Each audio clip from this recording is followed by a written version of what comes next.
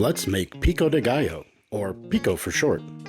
This is a fresh Mexican salsa that's loaded with fresh tomatoes, onion, jalapeno, cilantro, and lime juice. I also add garlic for an extra little flavor punch. After you make 1/4-inch slices, you're going to stack a few of those slices on top of each other, and then you're going to simply slice through the top and bottom, again in about 1/4-inch slices. We'll go ahead and turn that stack, and then we'll cut down through the slices we last made, and we're simply dicing a tomato.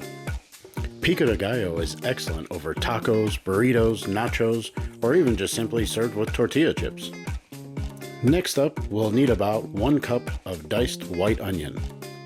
Make sure to check out effandsharp.com for more how-to cut videos. Garlic might not be in many pico de gallo recipes you see, but it's definitely an addition that I like in mine. Feel free to omit it if you'd like.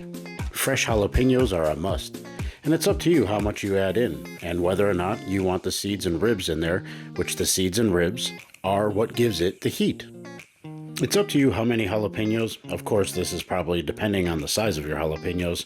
For me, in this particular recipe, 1 large seeded and stemmed jalapeno is just plenty.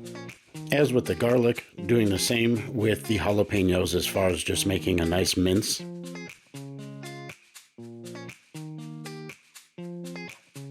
When you need the juice from any citrus, make sure to give it a roll on your counter or cutting board before slicing it. This breaks apart the membranes and just allows it for easier juicing. Place all your prepared ingredients into a mixing bowl, mix thoroughly,